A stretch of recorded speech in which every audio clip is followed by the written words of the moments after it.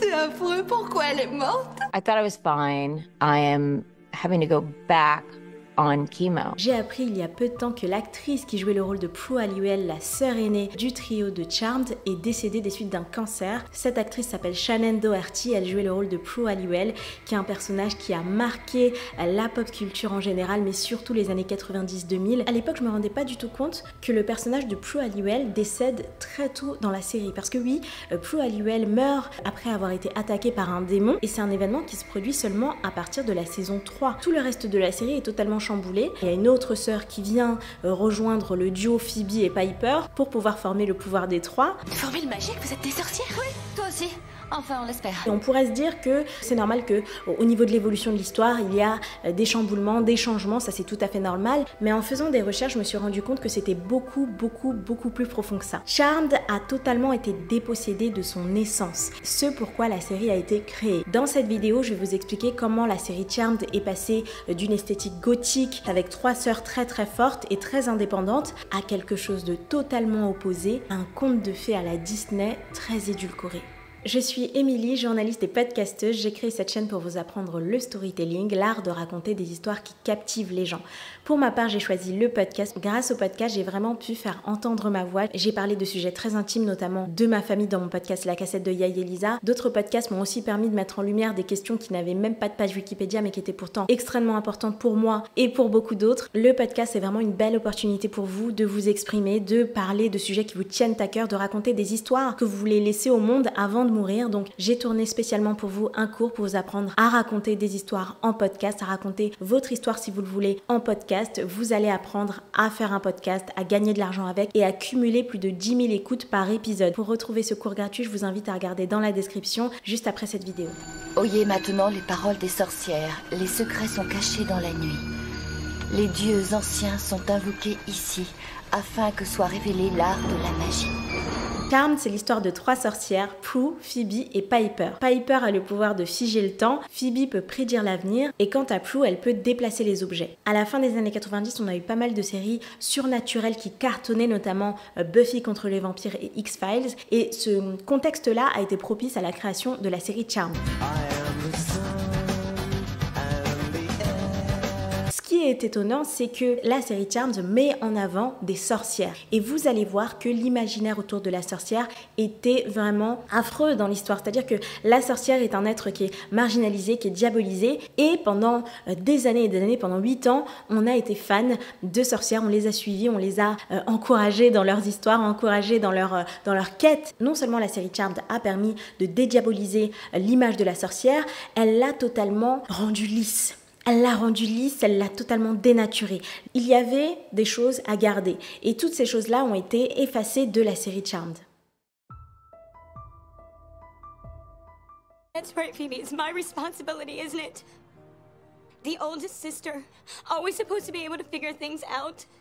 Le manoir des sœurs Halliwell, c'est vraiment leur refuge. Elles sont persécutées, elles sont en danger permanent. Et ce que craint la sœur Prue Halliwell, c'est la mort. Clairement, c'est la mort. Pourquoi? C'est pas du tout quelqu'un de paranoïaque. La série Charmed, c'est aussi fondée sur l'histoire de la sorcière, sur l'imaginaire collectif autour de la sorcière. La sorcière a été diabolisée dans le temps. Pour comprendre vraiment pourquoi les gens ont autant peur des sorcières, on va pas forcément directement remonter au Disney, parce que oui, il y a l'image de cette vieille sorcière qui veut tuer la jeune et belle princesse qui mérite d'être protégée. La sorcière est particulièrement diabolisée, notamment en Occident, depuis le procès des sorcières de Salem. C'est une affaire qui a vraiment marqué les États-Unis parce que oui, Charmed est une série américaine, donc on va prendre des références américaines. Les sorcières de Salem, c'est une affaire qui date de 1692, qui a duré à peu près 1 an. Il y a eu une série de procès qui ont à l'écrasante majorité visé des femmes, c'est-à-dire que 85% des accusés de cette affaire étaient des femmes. Il y a eu 20 personnes brûlées vives, dont 14 femmes. Cette histoire n'est pas le point de départ de la détestation des sorcières. Il y a carrément eu un manuel pour apprendre à détruire les sorcières et expliquer pourquoi il fallait les détruire. Ce manuel s'appelle Malleus Maleficarum. Ce livre a été utilisé pour chasser et exécuter des sorcières partout en Europe. Les populations des États-Unis viennent d'Europe, donc c'est une culture qui est liée. Comment expliquer cette détestation des sorcières, cette crainte envers les sorcières? Et tout ça, on le retrouve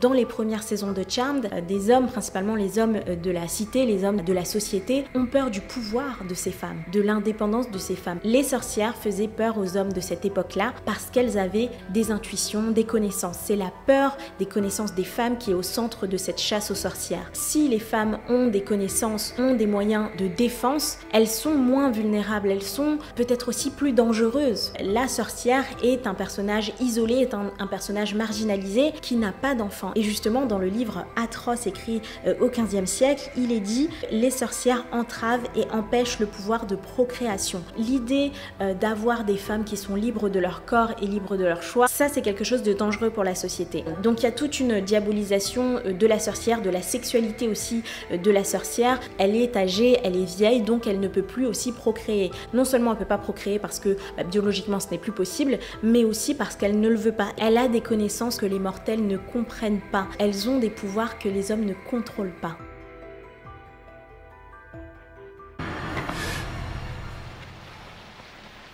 Qu'est-ce que tu fais ici ? Dès les premières minutes de la série, on apprend qu'une sorcière a été assassinée et qu'il s'agit de la 3e sorcière tuée en 3 semaines. Donc il y a quelqu'un en ville qui en veut à ces sorcières. Pour le moment, les 3 sœurs ne savent pas qu'elles ont des pouvoirs, elles ne s'apprécient même pas, c'est-à-dire que Prue et Phoebe sont en très mauvais termes. Phoebe revient de New York et va revenir habiter auprès de ses sœurs. Look, I know that you don't want me here. We're not selling Graham's house. Is that why you think I came back? On nous présente très tôt les symboles, le symbole le plus important de la série, le pouvoir des 3. La sorcière qui vient tout juste de mourir a le tatouage du pouvoir des 3. Elle avait également un chat avec un collier portant ce fameux symbole. Le pouvoir des 3 est le symbole de la naissance de 3 sorcières qui seraient les sorcières les plus puissantes que le monde ait connues. Il s'agit bien sûr des sœurs Halliwell. La mort de leur mère sonne la révélation de leur pouvoir puisqu'elles ne savent pas qu'elles en ont. Un soir de pleine lune, à minuit, c'était le moment le plus approprié. Mais si on voulait faire quoi ? Recevoir nos pouvoirs. Il y a 2 choses extrêmement intéressantes dans cet épisode. La première, c'est qu'on nous fait très vite la distinction entre les bonnes sorcières et les mauvaises sorcières. Ce qui nous est dit, c'est que ce sont des sorcières bienfaisantes qui sont là pour protéger les innocents. Donc elles ont aussi une fonction dans la société. Elles ne sont pas juste là pour réciter des incantations, pour leur bien-être personnel. Elles sont d'abord là pour servir les autres. Moi, ça m'a quand même fait penser à la BD X-Men, qui a été un dessin animé, qui a été un film aussi. Vous êtes dans mon école pour surdoués, pour mutants. C'est vraiment trop débile, votre truc. Les X-Men sont des étrangers, sont des mutants qui font peur aux mortels, qui font peur à ceux qui n'ont pas de pouvoir magique et qui sont en danger, qui sont perpétuellement en danger. Ils vivent reclus dans un immense manoir et ils sont tiraillés entre le fait de protéger les mortels, de protéger les plus faibles ou de se protéger et donc de tuer les humains. Dans Charmed, la question ne se pose même pas. Les sœurs Halliwell sont bienfaisantes et sont là pour faire le bien. Donc on est dans une distinction du bien et du mal qui est extrêmement forte, qui rappelle déjà les contes de fées. Le propre d'un conte de fées, c'est la lutte du bien contre le mal. Lors de l'épisode, Piper est clairement en danger. Le petit ami parfait qu'on voit tout au long de l'épisode. Jérémy a appelé ? Non, mais il t'a fait livrer des roses et un paquet. On se rend compte qu'il n'en est rien. En réalité, il s'agit d'un démon qui cherche à tuer Piper et ses sœurs. You killed all those women. Not women, witches. Ce premier épisode, il fait tout de suite référence aux sorcières de Salem, c'est-à-dire qu'il lui dit clairement qu'il veut la détruire, qu'il veut détruire les sorcières et prendre leur pouvoir. It was the only way to get their powers. And now I want yours. Leur pouvoir étant une métaphore de leur féminité. Et ce qui est frappant, c'est que dans Charmed, tous les démons sont des hommes. Il y a des hommes qui sont bienveillants, notamment le policier Daryl, qui est vraiment l'être rationnel de la série. On a aussi Léo. Dès ce premier épisode, il y a ce message-là. Les démons vont essayer de nuire aux sœurs, vont essayer de leur prendre leur pouvoir. Et leur pouvoir, c'est leur bien le plus précieux, c'est ce qu'elles ont de plus précieux et elles doivent les conserver. C'est-à-dire qu'une fois qu'elles ont compris qu'elles en avaient, elles devaient protéger ce pouvoir et le pouvoir ultime est le pouvoir des 3. Le pouvoir des 3 étant le symbole de la sororité. Il s'agit là de sœurs, mais c'est en général, c'est-à-dire que 3 femmes ensemble pour lutter contre le mal, en fait. C'est ça qui nous est dit dès le premier épisode. Il faut qu'on soit unis. Le pouvoir des 3 nous libérera.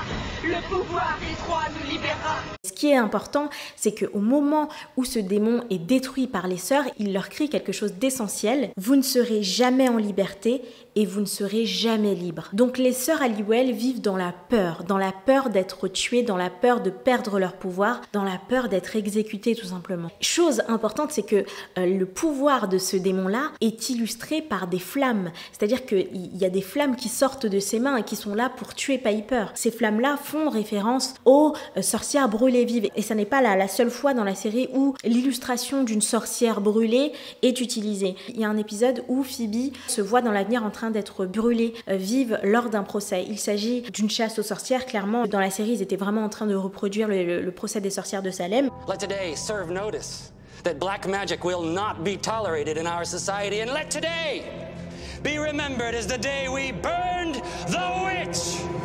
Nathaniel Pratt a des ambitions politiques et a envie de trouver une sorte de bouc émissaire. Oui, clairement, il a besoin de se positionner en tant que héros. Il décide d'entamer une chasse aux sorcières. L'identité de Phoebe est dévoilée et on la voit en train de se faire brûler vive, clairement, lors d'un procès. Les sœurs vont faire un saut de 10 ans dans le futur pour essayer de sauver leur sœur. Et il se passe quelque chose de vraiment surprenant, c'est que Phoebe accepte d'être brûlée vive. We were sent here for a reason. Maybe not to stop this, like what we thought, but maybe to understand why this has to happen. Elle accepte d'être brûlée vive parce qu'elle dit qu'elle le mérite. Elle a tué quelqu'un parce que c'était un homme qui avait blessé un de ses proches et elle a voulu se venger, donc elle l'a tué et c'est pour ça qu'elle a été brûlée vive. Et ce qu'elle dit, c'est que pour protéger ses sœurs, pour que l'identité de ses sœurs ne soit pas dévoilée, elle accepte d'être brûlée vive. Ce qui va se produire, c'est que, étant donné que dans 10 ans, elles risquent d'être brûlées, elles vont faire attention toutes les trois à l'utilisation qu'elles font de la magie. Cet épisode, c'est aussi là pour les checker, montrer que oui, elles sont puissantes, mais il y a un danger qui les guette. Si elles abusent de leur pouvoir, si elles tombent du côté des ténèbres, disons-le comme ça, elles risquent d'être brûlées vives. Our job is to protect the innocent, not punish the guilty. Dans la série Charmed, on est en plein dans la dédiabolisation de la sorcière et une manière, en termes de storytelling, de montrer qui est notre personnage, c'est de le confronter à un personnage qu'il ne veut pas être. Let's finish this the way we started. Et c'est le cas dans un épisode où on nous illustre les succubes. Une succube, c'est une sorcière prédatrice. Elle a le pouvoir de séduire les hommes, d'aspirer leur testostérone et de les tuer. Et ce qui est intéressant, c'est que au cœur de cet épisode, on a le personnage de Phoebe. Parmi les sœurs Halliwell, c'est elle qui incarne la séductrice. Dans cet épisode, elle rêve qu'elle assassine un homme à l'aide des pouvoirs de la succube. Something's happening to me, Piper. Something really freaky. Elle a peur d'être une succube, d'avoir un pouvoir qui ne lui a pas encore été révélé. Et donc elle craint de basculer du côté du mal. Et ce qu'on apprend, c'est qu'en réalité il s'agit d'un autre personnage qui est brûlé à la fin. Elle est brûlée à la fin et Phoebe reste en vie. Et elle se dit heureusement, donc c'était pas moi qui faisait ces choses atroces. Donc le fait de nous montrer ce personnage agresseur, ce personnage meurtrier, c'est une manière de nous montrer qui sont les sœurs Halliwell. Donc il y a vraiment une volonté quand même d'adoucir l'image de la sorcière, créer une nouvelle image de la sorcière qui est moins dangereuse. My older sister Laura is very strong, and so I attributed the characteristics that my sister Laura has to the character of Prue. Derrière la série Charmed, on trouve deux plumes, celle de Constance Byrne et de Brad Kern. Le problème, c'est qu'au bout de 2 saisons, ces deux-là ont commencé à se chamailler pour des raisons extrêmement importantes sur le plan stratégique concernant tout simplement l'avenir de la série. Constance Byrne voulait voulait développer l'histoire des sœurs et leur lutte contre les démons, tandis que Brad Kern voulait mettre en lumière les romances vécues par les sœurs Halliwell. Devinez quelle vision a pris le pas sur l'autre. Tu ne me feras rien. Bien sûr, il s'agit des romances et c'est pour ça qu'on retrouve énormément d'histoires d'amour dans les saisons qui suivent le décès de Prue Halliwell. Il se suit vraiment juste une année entre le départ de Constance Byrne dès la saison 2 et la mort de Prue Halliwell après la saison 3. On passe d'une série qui parle de 3 sœurs en lutte contre les démons à des sœurs qui recherchent principalement l'amour. Piper passe son temps à parler de mariage, son rêve c'est de se marier et Phoebe a là sa relation avec Cole qui est complètement chaotique. Elle se marie, elle divorce, mais le plus frappant, le plus important, c'est que toutes les sœurs Halliwell finissent mariées. mariés avec des enfants. Ils se marièrent et eurent beaucoup d'enfants. Charmed finit comme un conte de fées qui est vendu aux petites filles depuis un moment déjà. Mais Charmed tombe complètement là-dedans. Il y a des références incalculables aux contes de fées, que ce soit les contes Disney et les contes Grimm. Et les scénaristes l'avouent, ils se sont pris la tête pour faire des références à Disney sans avoir un procès de la part des studios Disney. J'ai cru que ma tête allait exploser. Il fallait aussi éviter toutes les choses trappes juridiques liées à Disney. Par exemple, vous ne pouvez pas avoir des nains qui coupent du bois, parce que c'est dans Disney qu'ils coupent du bois, pas dans le conte Grimm. Il a vraiment fallu faire beaucoup de recherches afin d'être sûr de faire une version pré-Disney. Les juristes étaient très inquiets. Donc ils se sont inspirés des contes Grimm, et je pense qu'au niveau des droits d'auteur, c'est tellement ancien qu'ils pouvaient se permettre de s'inspirer des contes Grimm. On a des références à Aladdin, Alice au Pays des Merveilles, La Belle et la Bête, Cendrillon, Boucle d'Or et les Trois Ours, Hansel et Gretel, Jack et le Haricot Magique, La Petite Sirène, Le Petit Chaperon Rouge, Peter Pan, Pinocchio, Réponse, Robin des Bois, La Belle au Bois dormant, La Reine des Neiges et Le Magicien d'Oz. C'est énorme, que ce soit dans l'esthétique, au niveau des visuels, ils ont plongé dans l'univers des contes de fées, mais aussi dans les scénarios, dans la manière dont sont racontés les épisodes, dans la manière dont est racontée l'histoire. Les scénaristes ont anticipé les critiques. Dans un épisode, on voit que Paige est endormie suite à un sort qui lui a été lancé, qu'elle incarne bien sûr Blanche-Neige, et donc un des nains lance « Ah mais le prince arrive quand est-ce qu'il arrive le prince ?» Et Piper lui répond « Mais elle a pas de prince ». Le nain enchaîne par « Mais qui va l'embrasser ?» Et l'épisode se clôt avec un baiser de sa sœur, en tout cas elle le réveille avec un bisou sur la joue de sa sœur, qui permet la libération de Paige. Donc on est dans une réécriture, une réinterprétation des contes de fées tels qu'on les connaît, mais il faut pas se leurrer, à la fin de la série, toutes les sœurs finissent mariées, alors même que la construction de la série, c'était les trois sœurs qui sont en lutte contre une sorte de contrôle masculin. J'ai vu pas mal de vidéos ou d'émissions carrément qui expliquent que Charmed était une série féministe. Je pense que les premières saisons l'étaient, mais qu'on est tombé plutôt à la suite de la mort de Prue dans une sorte de girl power. Le girl power a explosé à la fin des années 90, notamment avec le groupe Spice Girls, c'est-à-dire qu'on était dans une solidarité féminine, une affirmation du pouvoir des femmes qui peut être vue comme une sorte de féministe, mais c'était un girl power au service du capitalisme. Ça veut dire que il fallait plaire avant tout à des consommatrices, pas à des citoyennes. Et il y a une question qui a été présente au moment justement du départ de Constance Burge, qui a été l'hypersexualisation des actrices. Dans un épisode, on a le personnage de Phoebe qui se transforme en sirène. Et cet épisode-là a été synonyme de pic en termes d'audience auprès d'une audience masculine. À partir de ça, on a eu un revirement stratégique. Les actrices devaient être plus dénudées. Bien sûr, ça a été vendu comme une sorte de libération des corps des femmes. Elles sont en pleine possession de leur corps. Sauf que cette libération des corps, elle a été utilisée au profit du male gaze. Le male gaze, c'est le regard masculin, c'est-à-dire qu'on avait des femmes sexy, mais sexy avant tout pour plaire à un regard masculin. C'était une décision stratégique. Il y a une des scénaristes qui s'est exprimée sur les réseaux sociaux pour dire qu'elle était vraiment très mal à l'aise avec ces choix-là, qu'elle avait envie d'écrire des personnages qui étaient libres vraiment, mais que là on était en train de les utiliser à des fins marketing tout simplement. Donc c'est pour ça que je parlerai plus de girl power que de féminisme. Je suis tombée sur un excellent article qui m'a beaucoup inspirée pour cette vidéo, je vous le mettrai dans la description. Ce que j'ai appris dans cet article, c'est que la grand-mère est une femme extrêmement misandre. Misandre, ça veut dire qu'elle déteste les hommes.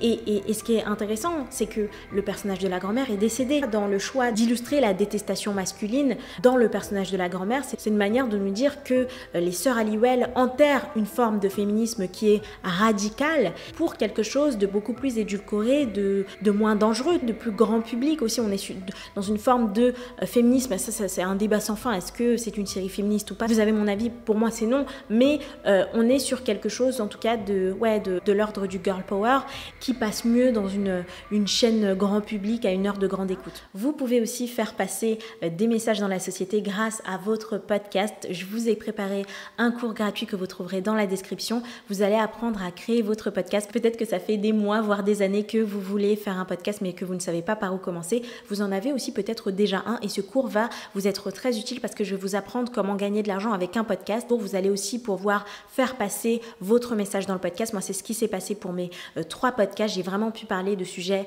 qui étaient ignorés dans les médias traditionnels. Donc, j'ai pu mettre un coup de projecteur à des thématiques qui n'intéressaient pas les grands médias. J'ai toujours cumulé plus de 10 000 écoutes par épisode. Je vais vous expliquer comment faire. Ça n'a vraiment rien à voir avec ce qui vous est dit dans les articles de blog que vous avez peut-être déjà lus sur Internet. Là, ça va être très différent. Je vous laisse découvrir ce cours et pour ma part, je vous dis à bientôt dans une prochaine vidéo.